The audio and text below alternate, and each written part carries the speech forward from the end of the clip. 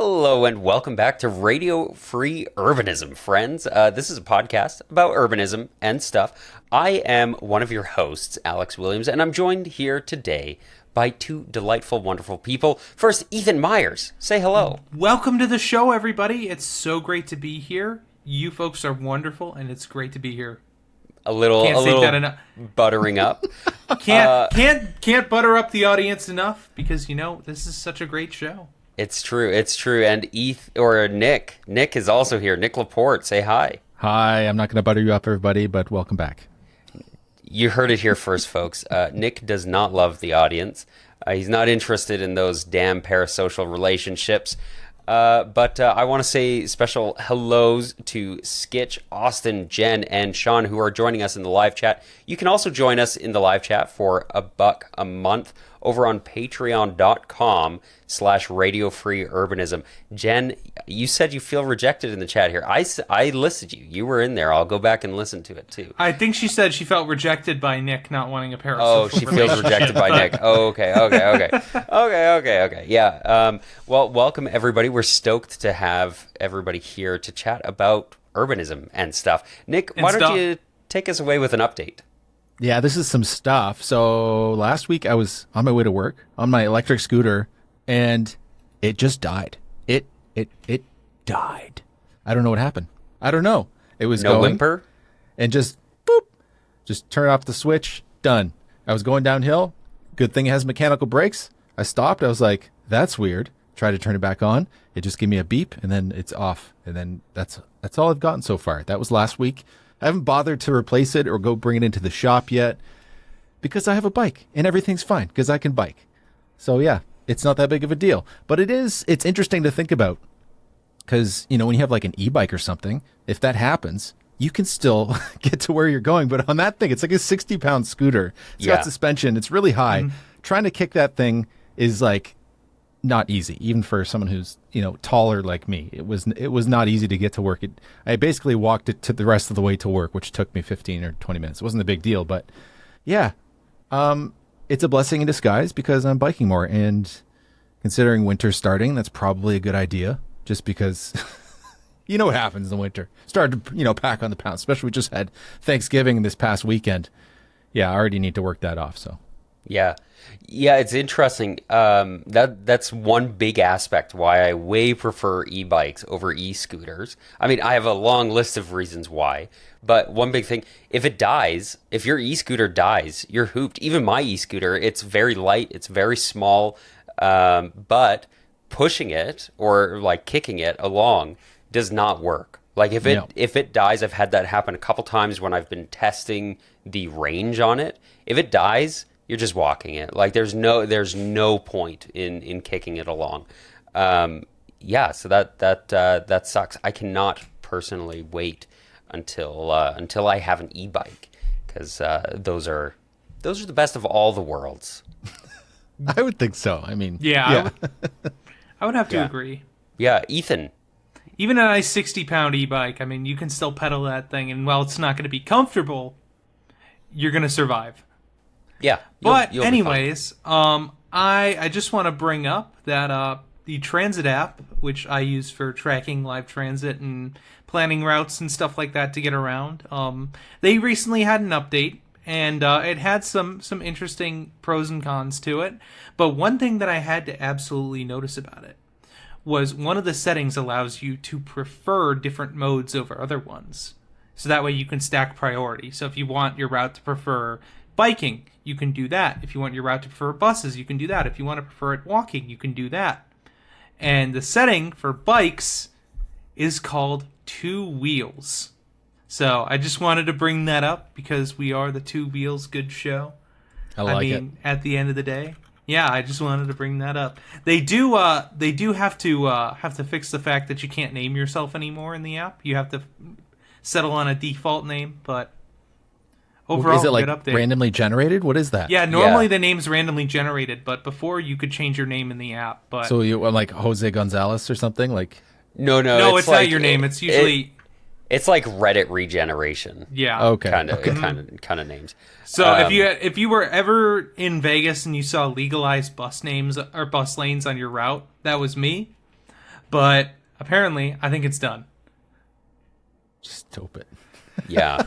I guess they had some problems with people putting inappropriate things in maybe in their usernames, and like you want to try and manage that a little bit and stuff, especially because your username is showing up on the app, right? I did see one person suggest that maybe like, what if I can make my username what I want it to be, but it's only facing me, and for the publicly facing profile, it's some other random. It could just be a number, really. Yeah, I mean, it's kind of fun. Do you guys, either of you, ever have PlayStation? I did. No, actually. Like, for the longest time, your PSN name, you couldn't change it. Like, as soon as you picked it, that was like the name attached to your email and everything. And this obviously was just annoying for a lot of people, but I remember hearing this story where this guy had his name that he picked out when he was a teenager and had his like fiance over and her parents over, and they were gonna like watch a movie. The Blu-ray player's in the PlayStation, and he turns it on. It says, "Welcome back, awesome schlong 69," and his parents are like, "Oh my!" See, you need to be able to change those things, and also they don't need to be public facing. I remember back in the day on Xbox, you could change your name, but you had to pay $10 to get it changed. Yeah. Oh, I forgot about that. Oh my gosh. Which is almost worse. That is honestly, yeah. That's pretty bad. For my update, this is kind of a bit of a tonal shift. Sorry, guys, but I just wanted to share. Last week, there were 2 people dead in separate Calgary collisions 2 hours apart. Oh, wow. In both of these circumstances, it was noted that speed was not a factor, neither was impairment. In one of the instances, somebody drove into a bus. It was a head-on collision. I'm not sure exactly how this happened. It says they're asking for footage, trying to find out what the deal was, but the driver of the car was dead on the scene.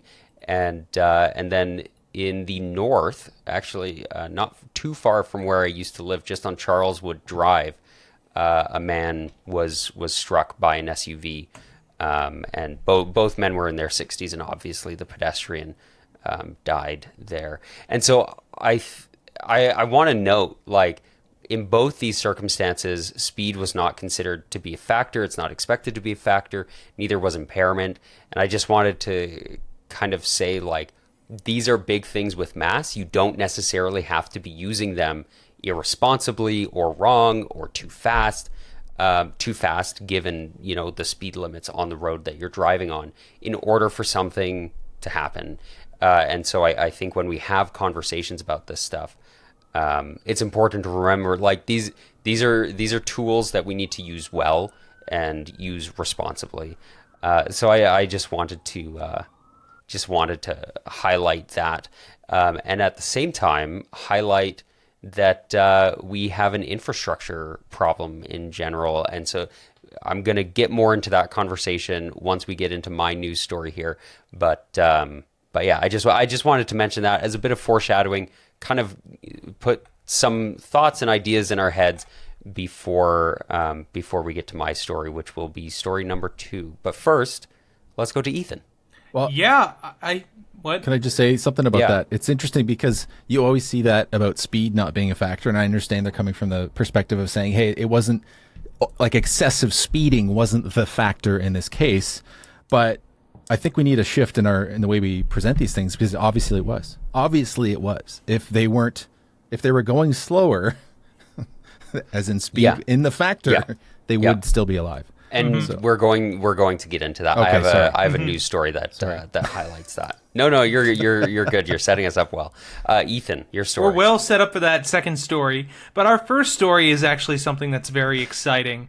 There's this great innovator of our generation that's out there, truly going out there to improve the world, and once again, they have brought us wonderful innovation, and I just want to share it all with you folks. We have actually gotten the recreation of one of the greatest pieces of technology out there, and that is the fact that we have gotten the bus recreated. That's right, folks. The great tech innovator of our time, Elon Musk, in his infinite wisdom, has brought us back the bus. It's called the Tesla Robovan, and there's no plan to actually get it on the streets yet. But this will truly be life-changing to everybody out there. We'll be able to get everywhere via transit via these Tesla Robovans, and especially the Robotaxi, which is supposed to hit the streets sometime in 2026 and no later than 2027. All right, enough with the Elon glazing here. We once again have a wonderful grift coming out of the Tesla company. It's hilarious, and it's just something to point and laugh at, and I thought it'd be a fun little thing to do.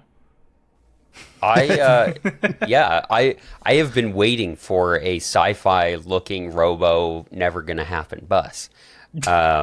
It's incredible because the people who look at this and they're like, oh my goodness, this is amazing. They don't take transit, right? Like a lot of the people who are looking at this thinking like this is the next big thing. And I'm here to tell you, we already have this. It's called a bus. And yes, you have to pay for the labor of the driver who is operating the vehicle. But guess what? We also have an option that doesn't feature that. The SkyTrain in Vancouver, which a lot of us are familiar with, does not have a driver. Or the REM in Montreal does not have a driver. We have solved this problem. I'm not really sure... this is more real than all of the like renderings that we always see of this sorts of thing.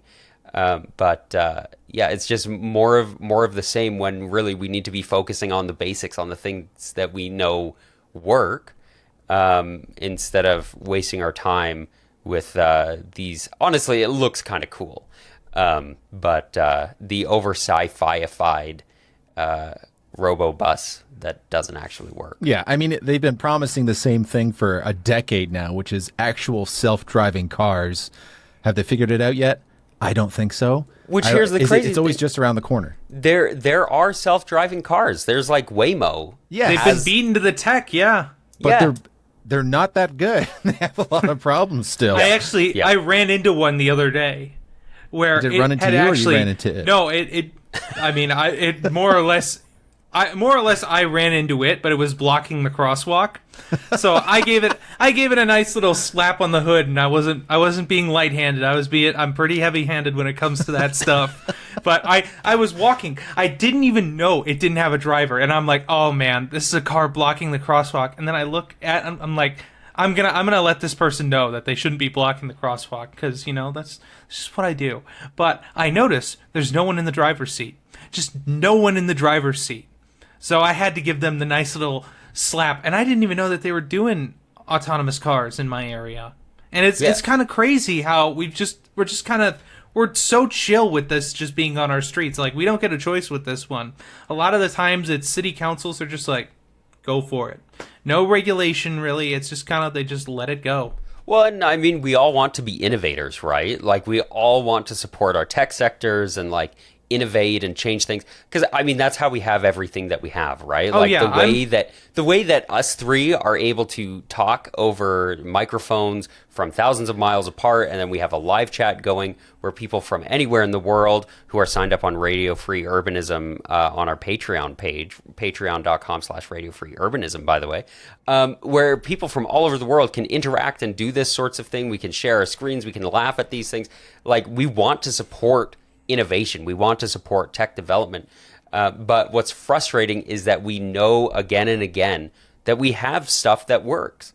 And we don't need to be wasting money on things like this, which will not work, especially from a company with a proven track record of doing this sorts of shit. Like the Hyperloop. The Hyperloop went from, we're going to build this like tube vacuum train from Southern California to Northern California. It's going to be so cool, to, okay, actually, we're going to build basically a subway in Vegas, to, okay, actually, it's going to be a tunnel in Vegas with Teslas that are being not even self-driving Teslas in this little tunnel in Vegas, right? Like, come on, like when are we going to get over this? Especially when other companies are actually doing the work.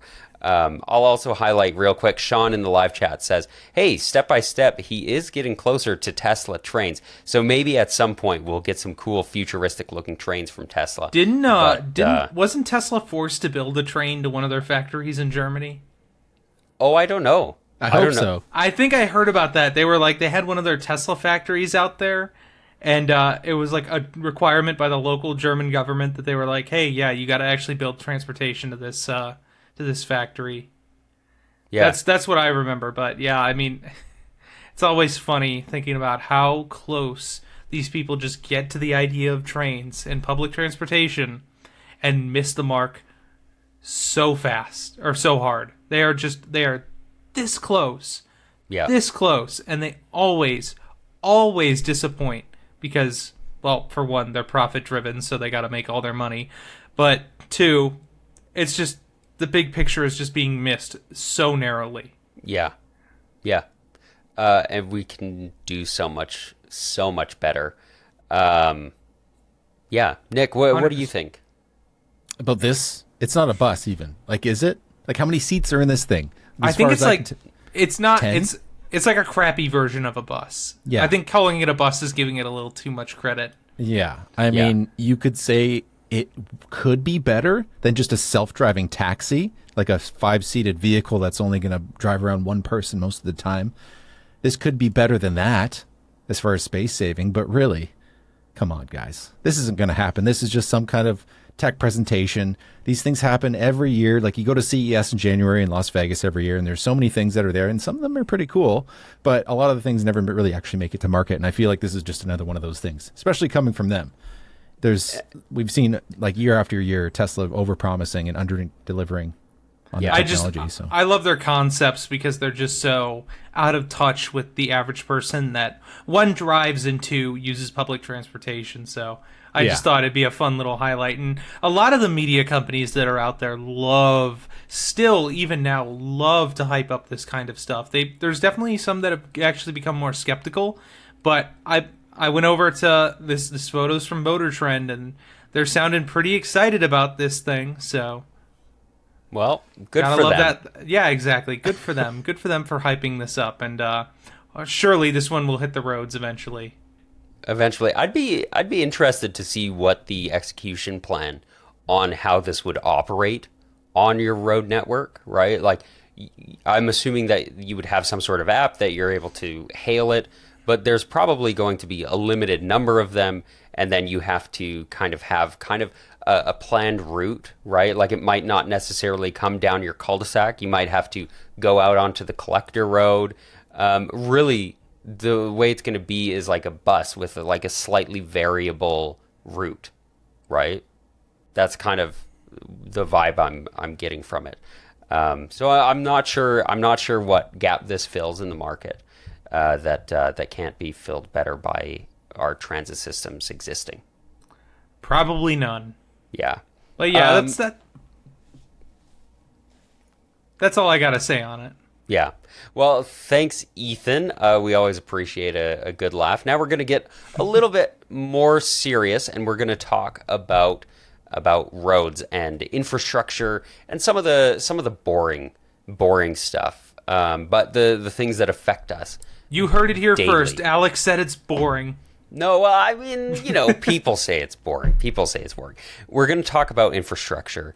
And I want to start off with this article that comes from the Calgary Herald. This was published a few weeks back, and it's written by Stephen Wilhelm, who actually he interviewed me once. Great guy, and he wrote a great article here. We'll link it in the show notes and in the description so that people can check this out. He goes pretty in depth, but the headline is, "These are places where people live. More Calgary roads reduced to 40-kilometer-an-hour speed limit at residents' request." And so looking back in 2021, the speed limits, the unposted speed limits, because every city kind of has like if there's no sign posted, this is what the speed limit is. Our speed limits here in Calgary lowered from 50 kilometers an hour to 40 kilometers an hour, a change that affected most residential streets. The ones that particularly weren't affected were like, collectors. They typically stayed at 50 kilometers an hour. Arterials, lots of arterials are around the 60 kilometers an hour mark, sometimes a little bit higher. But that's kind of the situation that we're going into this with. What's interesting is that a lot of people were frustrated and worried about this happening, and everybody seems to have adjusted pretty well. I remember even myself when this was going on, I wasn't fully convinced that this was necessarily a good thing. But I want to find, where is this here? So Churchill, this person that was interviewed for this piece, said from the article, every 1% reduction in speed results in a 2% reduction to all collisions on average, a 3% reduction in injury collisions, and a 4% reduction for fatal collisions. So obviously, like Nick mentioned earlier, with what I was bringing up with these two collisions with fatalities in them, speed is a factor. Speed and mass, right? That's how we get force, and so bringing the speed limit down reduces that risk of fatality. A lot of the people who have been sending requests into the city for reducing their streets from 50, the ones that are still 50 kilometers an hour, to 40 kilometers an hour, a lot of those requests are coming from people who live on collectors that still have that 50 kilometer an hour mark. They complain about things like road noise, speed, whether or not they're able to cross the street, their ability to get into traffic if they are leaving their home and they're trying to pull out of their driveway or pull out of their street parking spot. So I wanted to have this conversation a little bit about speed before I get into something else. But Nick, why don't you start us off? What are your thoughts here, and what are your thoughts on residential speeds and road speeds in general? Well, I think I've made it pretty clear about my position on this. I think 30 kilometers per hour speed limit should be pretty much the hard limit in a residential area. If people are living there, it needs to be that speed. There's this very nostalgic thing a lot of people think about, especially here in Canada, is you think about people playing on the road. Like, I remember growing up playing ball hockey on the road, and when a car came, you move there's that what's not Austin Powers, Mike Myers' other movie, Wayne's World, right? That's what I think of when I think of that. But that's like a great memory because it was safe. In my small town, we had pretty narrow streets in our neighborhoods, and traffic was slow and respectful. And to think that a 50 kilometer per hour speed limit on your neighborhood street where your kids are playing out front, that's ridiculous. It's insane. But the question I have here is it, like you said, those statistics about lowering the speed limit has a certain reduction in injury and collision rates. Is that simply replacing the signage, or is that like in combination with something else? And so that's another huge issue, is that if you just say, okay, actually this is just what it is now, which is more or less what happened in 2021, right? Like, the city didn't go around and just like add speed bumps everywhere to say like, actually, no, you have to drive 40 now. They just said that's the rule now. And so, yeah, like, what are you actually doing? And it is noted, one person that Stephen talked to in this article, Sheila, and it's noted at the very end of the article here, that she suggested the possibility of speed bumps. Like, we need to actually do something. She happens to live on a road with multiple playground zones, or at least she was talking about a road with multiple playground zones. And it's nice to put up signs. It's nice to put up paint, but we know those don't actually solve the problem. We know those don't actually slow people down, right? We know that if you paint some lines in a parking lot that say, don't park here, and put up a sign that says, don't park here, people are still going to park there because you haven't built the infrastructure in a way that communicates that, right? And so I think we're pretty familiar with that. But so far, there hasn't been much of that done. There is one area, one street in my area, Acadia Drive, where we've added a couple curb extensions. One has a permanent curb extension, and as part of the improvement, we moved the bus stop away from the intersection so that that's not blocking visibility. And then in another location, we added down those temporary yellow curb extensions, and those got added after somebody died at an intersection. And so we know that it's not enough to just put up a sign or put up some paint. We need to actually change what is being communicated by the road design, right? Yeah. It's building those places where people actually want to be, because people don't want to be around high-speed traffic. It's loud, it's dangerous, people don't want to be there. And making our communities places that we actually live in, have streets that are acceptable for, playing hockey out in the street or doing whatever out in the street, rather than having to, deal with cars that are going 30, 40 plus miles an hour down them, that make people feel unsafe, that make people feel more isolated, is key. And it's more, like you guys said, it's more than just putting up signs. It's those road designs as well, too. People are going to drive at the speed at what they feel is comfortable. And I mean, if the road feels like a highway, people are going to treat it as such. Yeah, you're spot on. And so I'm actually going to highlight here something that we posted on Unsprawling. Biz made this, and I think somebody else kind of helped with the inspiration of this image. And so Seaton is a southeast town, funny enough. That's a neighborhood in southeast Calgary. And this is a residential street, okay? Nice wide sidewalk, that's fantastic. You have street parking here. But then you have this wide right-of-way for travel lanes. Now, in a typical residential street like this one, you have one travel lane in each direction. Compare this with Stony Trail, which is our highway. The speed limit is 100 kilometers an hour. People regularly are driving 120 kilometers an hour on this highway. You have these nice wide lanes so that people feel comfortable going fast, so that people are safer when they are going fast, because you get that extra buffer zone.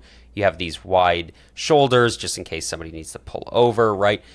3 lanes, 2 big shoulders, and it's the same width. It's the same size as a residential street in Seaton, where people live, where people live their lives, right?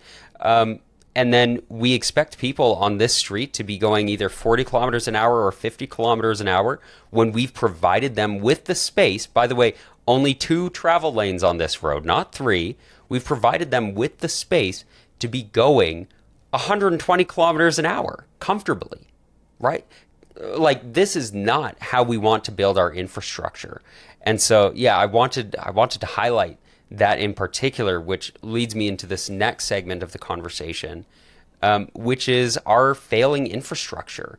We have serious issues across North America with our infrastructure. We're not doing the basic things right. We're completely missing the mark on. People complain about potholes. In a car, when you're driving, a pothole is a nuisance. It can possibly ruin a tire, damage your wheel, which can put you out. We know that people are thinking about the pennies that they're spending. So potholes are an issue whether you're driving, but they're also like a huge issue if you're expecting your kid to bike on that road. That becomes deadly. And so I want to share this here as well. This is from the city of Calgary. The Infrastructure and Planning Committee was meeting today. Austin and I were both watching that meeting today. But part of the conversation is about the condition of our road network. Right now, we have 26% of our roads are poor quality, and 3.2% of those are just like below the threshold, like awful disaster waiting to happen. We want to, or the city of Calgary, the administration has proposed spending an additional $35.8 million in 2026 on maintaining our road infrastructure, and then an additional $18 million after that. Look at this increase in budget because we have to maintain. And the reason that we have to spend so much money on our infrastructure is because we have way overbuilt it. That street in Seaton that I showed you earlier, we could have made it much smaller than it is, but still have the 2 travel lanes, still have the 2 parking lanes, but made it like an actually nice residential street where people are going safe speeds for children to be outside playing, and where we're not having to, every time a budget cycle comes up, where we have to say like, well, we got to add another, $50 million to caring for this infrastructure. And obviously we have to care for this infrastructure, but when are we going to learn our lesson and stop continuing this disastrous cycle of letting our infrastructure fail and then trying to pick it back up? Because this spending so that we can maintain the basics, we're going to completely miss out on other things. And we're also going to not be able to care for the other basics, right?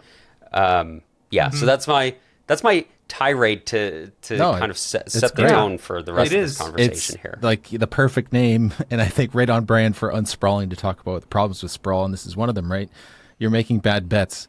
When these things get announced, it's like these infrastructure projects, especially when it's about roadways and highways. Like, look at this thing we're going to build. It's like, this is great. It's going to be an asset. It's like, no, this is a liability. This is a liability. It can drive some economics. It can be good for the community in some places, but really, you have to realize you're going to have to spend money on that. And it makes me think of, I've got this one friend, I'm sure a lot of people have friends like this, and he's the kind of guy who's always buying shit. He's always spending shit and complaining about not having money. He's got another job that he works. So he's got basically two full-time jobs.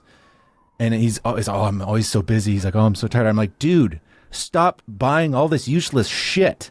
And it's the same thing. We're overspending by building all this infrastructure that's going to bite us in the ass later, and we're going to have to work harder to take care of it. It's just like, stop it. Like, just stop. We don't need to do this. Yeah. It's really, I believe Chuck from Strong Towns coined the term as the growth Ponzi scheme, where about 20 to 30 years after you build that initial infrastructure for suburban sprawl, you start seeing it crumbling, and then the tax base of that low density area that you just zoned, because you didn't zone for anything that's higher density like apartments or even ADUs, you just don't have the tax base to repair it. So you have to start drawing funds out of other areas, or you have to continuously keep sprawling with infinite growth, which, as we know, isn't very sustainable economically or environmentally. So you just deal with this unending cycle of just trashing your city's finances at the same time that you're trashing the environment of your city. Yeah. At least in Canada, we're pretty fortunate with sprawl not being as egregious, but still, we're missing out on so many other services that we could be funding instead. Yeah. Oh, definitely. Yeah. And I think too, like, building these roads this wide, like, it's not even a useful thing to us, right? Like, you don't, because you built the road wider, you still only have those 2 travel lanes. You're not getting anywhere better, faster, or safer. Because, like, what are we supposed to do? This is a residential street, and we're saying the speed limit is 40 kilometers an hour. Meanwhile, we've built the road out so that you can go 150 kilometers an hour. It's called my freedom, Alex, and I want to exercise my right to break the law. God. Yeah. I don't even know if that's a factor. I honestly, I don't understand. Maybe the developer has some reason. Maybe they had a different plan. Maybe they had a big median plan for the middle of that road. But I really think that we need to be more intentional when we're thinking about these things. We need to build our roads so that people actually go the speed limits. I've talked to lots of people in my community. We have lots of schools here, and they want their kids to be able to get to school safely. And they don't have that option. They're worried about that. Even though we have tons of schools in the area, every kid in this community should be able to very comfortably, very safely walk to school. But because we've built our roads, as much as we might say the speed limit is 50 kilometers an hour or 40 kilometers an hour, as much as we may say that, we have not built our roads in that way.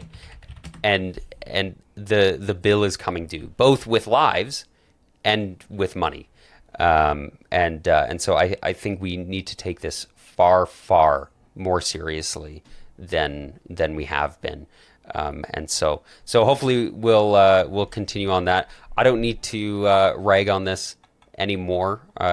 People hear me rant enough on this podcast, but we'll get on to Nick's story next. All right, this is coming from California. So, a newly approved bill signed in late September by Governor Gavin Newsom allows cities within San Diego County or the county itself to ban electric bicycles for riders who are younger than 12 years old. So, this is coming in concern of safety for people. But here in this article here, I have to read this section here and I need to make a comment on it. So, it comes after a rapid rise in traffic collisions involving bikes and e-bikes across the state, as well as a handful of deadly crashes around San Diego County. In Carlsbad in 2022, Christine Hawk Embry was killed on August 7th while riding her e-bike with her daughter near the corner of Basswood Avenue and Valley Street in Carlsbad. The following week, on August 15th, 68-year-old Solana Beach resident Brad Catcott and two others were seriously hurt when a motorcycle crashed into a bicycle. And also, a 15-year-old Brody Chaplin Kingsman was riding his bike near the intersection of El Camino Real and Santa Fe Drive. Ran into the path of a work van, was killed. So, first of all, anybody want to, have a gander of guess what's the same in those three things? Anybody? Any takers? Alex? Ethan? What do they have in common? I'm just gonna say it right now. I personally think it was because they were all not wearing a helmet. That's absolutely right. No helmets. Absolutely. No. Jen has it right there in the chat. It's cars. One of them was a motorcycle, but the first one I looked into ran over by a car, motorcycle, and then a 15-year-old hit by a van. Whether or not that was the bicycle rider's fault in that particular situation, I don't care. We know that in many cities in North America and California, not set up to be safe places to be on two wheels. Very dangerous. But yeah, it comes back to this thing. We're like, oh, these things are dangerous. It's well, wait a minute. Like, it's not like kids are riding around on e-bikes, flying around and killing themselves. That's not what's happening here. And, it seems like fear mongering in a lot of places. In the Netherlands, you'll see this too when it comes to these fat bikes. And while I've had a couple of instances, I don't think I talked about this when I talked about my experience in the Netherlands, but a few times, yeah. There were young kids on these fat tire e-bikes fly by in the bike lane. It startled me. But the reaction in the Netherlands is like, these things need to be banned. It's dangerous. But it's like, where's the statistics? There's no statistical significance in people getting hurt or killed by these fat tire e-bikes. And this is the same thing. We're taking it out on the e-bikes when really we need to think about our infrastructure and the car culture that we have and make that safer. So basically already class 3 e-bikes, depends on the ages, but I believe under 16 aren't allowed to be ridden by anybody under 16 in California already.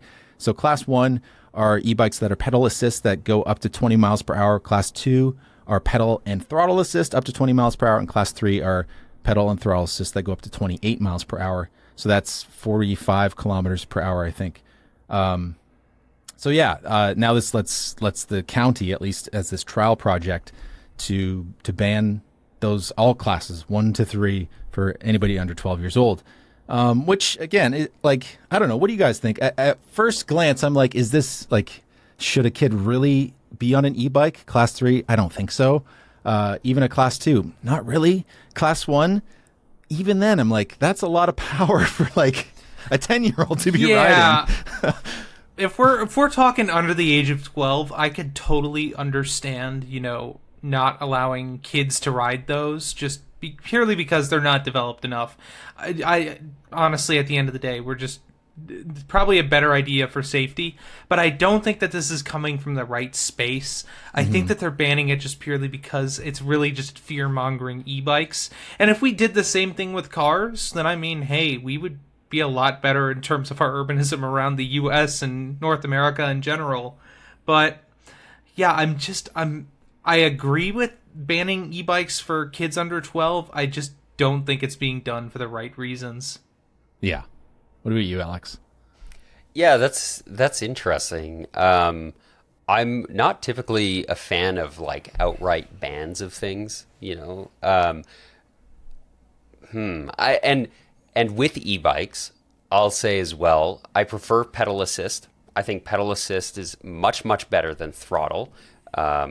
because you're actually like you're interacting with the speed that you're going, right? Like you have some sense of like I am moving now, right? This is helping me move, versus a throttle where you just kind of go. And I'm also for capping speeds of e-bikes at 30 kilometers an hour. I think that's fair enough, right? Especially if you're riding them on shared infrastructure, with other cyclists, right?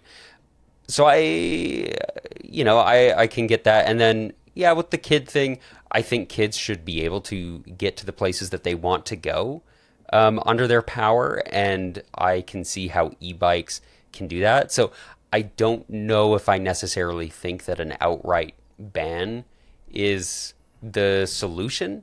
I'm going to kind of reserve judgment a little bit on this one. And That's fair. Yeah, because yeah. it's complicated, right? Like, Yeah. it's going to Yeah. depend on the individual child. I don't like the ban. I think should be a parent's decision. Again, I don't think you should be giving your kid a 750 watt e-bike. But like, say you could get like a low power e-bike or one that has a speed limit of power assist of 15 kilometers per hour, right? Something like that, especially if you live in a hilly city in California, which we know there's plenty of. So yeah, I'm curious to see how this goes because this is a pilot project after all. But the plan is to roll this out across the state. So yeah, we'll see how that goes. We'll have to come back to it, definitely. Yeah, absolutely. Again, like Ethan said, I think it's coming from the wrong place too. It is disappointing. But on this note, we're talking about California and Southern California. The micromobility conference is happening again this year, but it's happening somewhere near Los Angeles. I think near Long Beach. I think it's the weekend of. I think it's the 7th through the 9th of November. So take a look at that. I don't plan on going this year because it costs a lot of money and nobody's paying for me to go. But I wish I could. I just hope it's in a more micromobility friendly space this year as opposed to last year, which it definitely was not. Where was it last year? It was in Richmond, across the bay from San Francisco, which was probably the most, I don't know what to call it. Just not a good place to be a pedestrian, unfortunately. Yeah, I mean, e-bikes really do have a lot of like origin out of Southern California, and they're actually very popular in San Diego, Orange County, and Long Beach, and just LA in general as well too. Yeah. The problem is that the infrastructure really isn't that great, and you can kind of understand why e-bikes popped off as much as they did. Yeah. Because while there is actual like dedicated spaces for them, the distances are still car distances. Yeah. So if you want to go 5 miles to get somewhere, you can hop on your e-bike and do it pretty decently comfortably in some spots. But there's a reason why it's definitely grown there. A lot of e-bike companies are from there too. Yeah. I mean, we've heard, at least from, what's that website with all the data, that Long Beach is in the top 10 of bicycle cities in North America. So I don't know. I have to go there. I might go there next year in March. But anyway, sorry, corrections on this. Micromobility America is happening November 14th and 15th. That's a Thursday, Friday next month in November. And the tickets right now are $225 American for the 2 days. And you get to meet a lot of cool people, right? That's where I met Sarah Goodyear of the War on Cars podcast. I got to meet Horst Dedew from Micromobility and a few other key people in the industry. Just a reminder, host to the e-bike show. We're here. Yeah. Yeah. Maybe we could contact somebody and get one of them on our podcast soon. There's some good people working over there. It is very like industry focused. It's not, they don't really talk a lot about infrastructure and that and safety. It's more about the industry. It's very Silicon Valley feeling. Yeah. But anyway, moving on. What do we got, Alex? I think the next thing that we got on the list is going to be some listener mail. Ooh. And huge friend and fan of the show, Jen Hall, of course, sent us some listener mail on our last YouTube video. On the last one, she says, do your commutes change much in the winter season? I'll be curious to hear from Ethan on this one. Ethan, what's your winter commute like versus your summer Sorry, I'm commute? having a bit of camera issues here, but you know, I know, that's right, that's true. Someone occasionally someone forces through my do not disturb and decides to decides to shut down my camera. But anyways, my commute doesn't change too much during the winter time, at least here in Vegas. It actually gets a little bit better because it's actually cooler out, I can actually do a little bit of a nice walk to my job instead of a sweaty walk. So, yeah, it's a lot more enjoyable, but more news coming on that because I won't be doing my current commute for too much longer. Yeah, yeah, we'll be excited to hear that news. Nick, what about you? What's your winter commute look like? It changes slightly, I suppose. I definitely put on more rain gear, have that ready to go in the morning. Some rain pants and my nice rain jacket. Other than that, not much. I think in our few days that it gets icy, I have to be careful. But I think I'm just going to invest in some studded tires this year for my bicycle so I can just ride that and be confident in that because I had a few close calls on my scooter last year when it got a bit icy. Oh, but one thing, it actually got really cold one day. Rarely in Vancouver is it below zero. When it is, it rarely gets below -5. It was like -13 on my way to work one day. And I had my gloves on. They're like decent motorcycle gloves. But I almost got frostbite in the short 10 minutes because the speed, it was bad. So I'm going to invest in some pogies. Yeah, that's a great idea. Pogies are great. I will probably have about the same commute. I work mostly from home, so I don't know how much that really counts for something. But I've been taking the bus a lot over the summer. That said, as it's gotten into the fall, I've been biking more. Just because I honestly, this is fall and spring are great for biking. Summer not so much, but I think I'd rather bike in the winter than in the summer. The summer gets a little hot. So it depends where I'm going, what I'm doing, how long I'm going to be gone, what the bike parking situation is like there. So that's my take.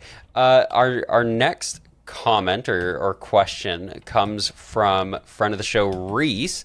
Our friend Nick Laporte is going to take this one. Oh, me? Okay, sure. Yeah, from Reese. Hey guys, there's something that has come up from time to time when I am advocated for raised crossings. Alex might have some inputs on this. My question is, how do cities that need to plow the street to clear the snow deal with raised crossings? I feel like that is something that cities will always try. This is very distracting. Who's doing this? Sorry, I'm messing with the document as Nick is reading. That is something that cities will always try to bring up to avoid putting raised crossings. Do they just lift up the snowplow, drive over it, and then continue plowing on the other side? Or can they power plow over the raised crossings? If you guys could talk about this, it might help some advocates in some snowier places. I have one comment, at least, is that you may notice in snowier places that they have speed bumps that are removable. They're like big rubber ones, and they have big bolts that they drill them into the ground, and they can take them out in the winter. But that's the only thing I have about that. What do you? It specifically said you, Alex. So what do you have to say? Yeah, I'm actually not overly familiar with this. This is something that I've been wanting to learn about a little bit more because Calgary does get snow. And we have kind of an interesting freeze-thaw cycle throughout the winter that we have to deal with. And so I think there's a lot of opportunity for us to actually be kind of innovative and really thoughtful about how we do these sorts of things. I am a fan of raised crosswalks. We've already talked about pedestrian safety, especially on school routes in this episode today. But yeah, how plows deal with it, I'm not totally sure. That said, I have worked landscaping. I have done snow removal. I was never the one driving the plow, but the people that I worked with, they seemed to do it fine when we were doing parking lots that had speed bumps and had raised crosswalks. So it's definitely not a deal breaker. It might slow things down a little bit more, and it might change a little bit of the way and sequence in which we do things. But I think on this note, it also gives us the opportunity to be more considerate about how our snow plowing of the road interacts with our clearing of sidewalks in front of our homes. Yeah. For example, when we have the curb cuts, those often get plowed into and they get piled up with snow. They become impassable. They can end up with big puddles or lots of ice, and it can make it difficult for people to actually get around their neighborhood. And it's also difficult for people who live on those corner lots who it's their responsibility to clear the sidewalk in front of their house. But it can be difficult if the snowplow comes along and just piles a bunch of snow on your responsibility, right? Because that snow ends up being compacted. It's a little bit icier. It might have been sitting there for a while. People have walked through it. All of those things make it harder for people to clear this. So I think we need to be more considerate in general about how we are clearing the snow on sidewalks, on our roads, on our bus stops, all of the above, because that's how we get around. So that's my take on this question. What do you think about snowplows, Ethan? So I actually have seen these newer snowplow designs where the pushing part, I can't remember the exact name of it, but it like almost like when it hits an obstacle that's big in the road, it'll actually like pop up and then pop back down. So that way, obviously they're not going at super fast speeds unless they're going on the highway. Yeah. But when clearing a residential road, they're usually going fairly slow, and so these little things will actually bump up and down over an actual like fixed crosswalk, rather than having to actually like, you know, hit the speed bump and then actually damage the plow. But on top of this, I absolutely love the little designs that they have for the smaller vehicles that clear out bike lanes and sidewalks and stuff like that. We need more of those, just so that way we can actually allow for our pedestrian and cycling infrastructure to, you know, be clear, so that way people can do winter cycling or walk comfortably as a pedestrian in wintertime. It's super important for our cities to have this. I can't remember which city. I know that one in Finland has it all the time with all those plows, but I believe it was Montreal that has the little like tiny bike lane snow plows as well too. Yeah. That are like, they're like golf carts but like snow plows. Yeah, we've got some of those Almost. here too. They're pretty nice. But Jen in the chat actually says something here that she actually went to Edmonton to the Winter Cycling Congress last year. Was this year, earlier this year, in February, I think. And they mentioned that they handle it well in Montreal, where they get a lot of snow, if you didn't know. So that's good to know. Another city that would be interesting to see how they get their snow plowed is Salt Lake City. They get a lot of snow there as well too.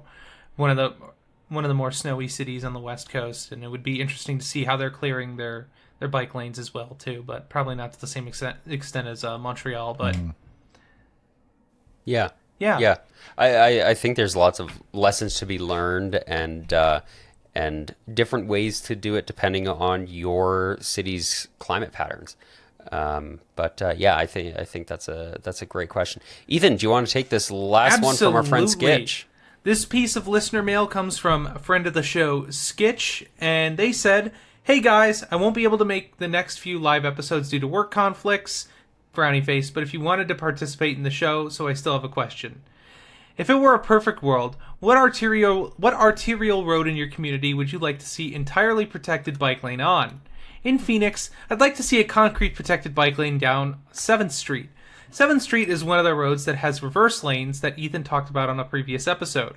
There are so many businesses along 7th Street north of downtown that me and my friends would be able to access, especially since the parallel bike route, 12th Street, is broken by barriers like a country club and the railroad tracks, making it a much less viable option to travel north or south. Can't wait to see the next episodes. Skitch." Well, yeah, 7th Street is definitely just... I know Ray from City Nerd covered 7th Street. It is one of the premier stroads with those reversible lanes, and it is pretty brutal. And I gotta say, it would be it's a key network in the Phoenix community for transportation, so it would be huge to see a protected bike lane on that. Here out in Las Vegas, we're going to be getting it, but Boulder Highway would be such a key route to actually get a protected bike lane on. It's one of those routes in the city that's getting the highway to street conversion. So it's going to be getting it in the next few years, and I'm excited to see that. But what are some streets or roads in your communities, guys? Arterial road is obviously for me going to be Broadway, the one that's being torn up right now for the SkyTrain extension, and the one whose plan already included a bike lane, but the mayor and council took it out because of cost concerns. Oh, God. Anyway, that's it. How about you, Alex? Is McLeod Trail, do they need a bike lane? Well, McLeod Trail, I think, qualifies as a skeletal road. It's a Yeah. little beefier. McLeod Trail needs a lot of work, more than just a bike lane. McLeod Trail, I have many thoughts and opinions on McLeod Trail. Lots of ideas for how we can actually make it into a livable space, but that's kind of beyond the scope of this question. So I'm going to say Southland Drive. Southland Drive is an arterial pretty close to my place here in Southeast Calgary. And it would just be really convenient to have something a little more specific. Ethan is familiar with my area. He's come on a bike ride with me through the area. We biked to the Saddle Dome to go to a lacrosse game. And on the way there, you kind of have to follow these blue signs, but sometimes they're not really there. It's not very helpful. And you have to find your way meandering through the neighborhood. It's not easy, especially for a first-time user, right? We want to make getting around your city, an option that's easy for people to pick up, right? You don't want to have too many secrets that people have to learn in order to do the things that they want to do. So I would say Southland Drive, it'd be great to be able to get from my place a lot easier down into the river valley. And enjoy some of the parks that we have down there. So that would be my take.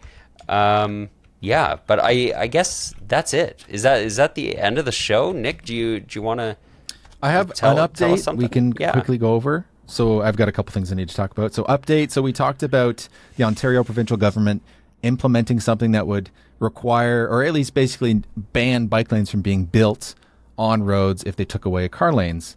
So this is from CBC News from yesterday. So they are bringing this forward. The Ontario government says it will introduce legislation that would require many municipalities to get provincial approval before building any new bike lanes that reduce lanes of vehicle traffic. I wanted to say vehicular. Anyway, municipalities would need to demonstrate any proposed bike lanes will not have a negative impact on vehicle traffic, according to the province. And that is an interesting statement right there because, I'm not saying it always works, but a lot of the times, reduced demand. We know what induced demand is. Reduced demand is the opposite. And you could bring a case forward that would actually happen. I'm just saying. You could always argue that road throughput would increase because bike lanes can handle more people. Yeah. So technically, every single time you do it, you can have that excuse. Yeah. They're just not thinking about it. They're not. They're not big brain. Yeah, but at the end of the day, it's still gross. It is. Fuck the Ontario government for thinking that they have the rights to do this. It's just the same thing. Doug Ford didn't become mayor, so he's just still mad. So he's trying to stick his fingers in Toronto's business constantly. That's what this is. It feels like it's really disappointing. Yeah. Anyway, do you guys have anything else to say about that? Yeah, I just think it's unnecessary red tape, right? These municipalities have bureaucracies that exist to make these decisions for them. And I don't think that that's something that a province necessarily needs to stick their fingers in. It seems really unnecessary. And it seems like just a province looking to spend money on extra bureaucrats that literally are just going to be there to sign off on things, maybe do extra studies. But it seems like it's going to end up in a lot of wasted money. It's going to reduce bike lanes, full stop. That's what that's going to do. It's going to reduce bike lanes, but along the way, you're going to spend more money on just the infrastructure, because the bike lanes are still going to happen. You're just making it more difficult. You're adding steps to get there when these municipalities, people elect their municipal councils to make these decisions, right? To do this sorts of thing, the same way that we elect our provincial governments to make decisions about healthcare and education, right? And roads, right?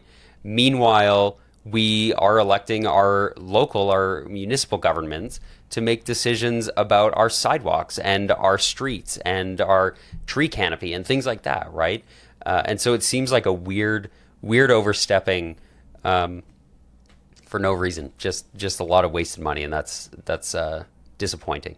Well, anything to fight your weird woke bike lane agenda from the big bike. Oh, it's so insane, man. All this stuff. I got a comment on one of my videos, the one I made about Bangkok, and they were praising the Bangkok government and the Thai government for what they've done. They've thwarted the WEF EV agenda. Good for them. And I was like, oh my God. Holy Yeah, those freedom to have lung disease. Good job. Fucking nailing it. Yeah, we don't promote our Patreon that much just purely because of all the WEF money we get. So thank you to our WEF donors as well as George Soros. So Oh boy. really appreciate you guys. But seriously, we don't actually get any money from anybody except No, for just you our people. Patreon subscribers. Yeah. So if you want to support the show, you can go to patreon.com/radiofreeurbanism and support the show for as little as $1 a month. It would be lovely. It would be beautiful. Ethan, do you want to start us on the outro? I got a couple, Absolutely. two things. Nick has Oh, he's got Sorry, two sorry, things. Nick has another thing. Really quick. Jeez, this guy's taking up all the oxygen. This is real stuff here, but next week we have a guest on. We got Hanok from Best Side Cycling. He's a Seattle-based YouTuber who talks about cycling from a cool perspective because he's also a road cyclist. So he's somebody who's interested in the safe streets and infrastructure, but he's also a road cyclist. So he's kind of crossing those barriers. I'm actually going to meet up with him in a couple weeks in Seattle. So he's going to be on the show next week because Ethan's going to be off. And then the week after that, we have Rachel Leonardo from Studio Leonardo. She's also been working with Strong Towns recently, and that'll be a day late. That's going to be on Halloween, 31st of October. I think we're starting at 10 a.m. Pacific time. Next Thursday. I'll mention that next week as well. Anyway, Ethan, go for it. Anyways, folks, thank you so much for watching this show. I just want to mention as well, not only if you join this Patreon will you get access to the live show, but you'll get access to extra shows as well, too. Thank you so much for watching once again. I want to let everybody know as well, too, that you can find me over on Climate and Transit on all of my social medias. I just uploaded a video with our friends over at the Rio Grande Plan. Great So that video, by the is way. up. Thank you so much, Alex. But that video is up there on my YouTube channel at Climate and Transit. And Alex, where can the good people find you? The good people can, if they'd like to, find me on Instagram and Threads at AlexWilliamsYYC and YouTube and Instagram at Humane Cities. Nick, what about you? You can find me on YouTube, Threads, and Instagram at Nick the Door. So with that, Ethan, do you want to take us away? Folks, thank you so much for watching. We know we only had a special guest for a few seconds in this episode, that being Nick's cat. But thank you so much for watching this. We really appreciate all your support. And as always, train good, car bad. Two wheels good. And feet first.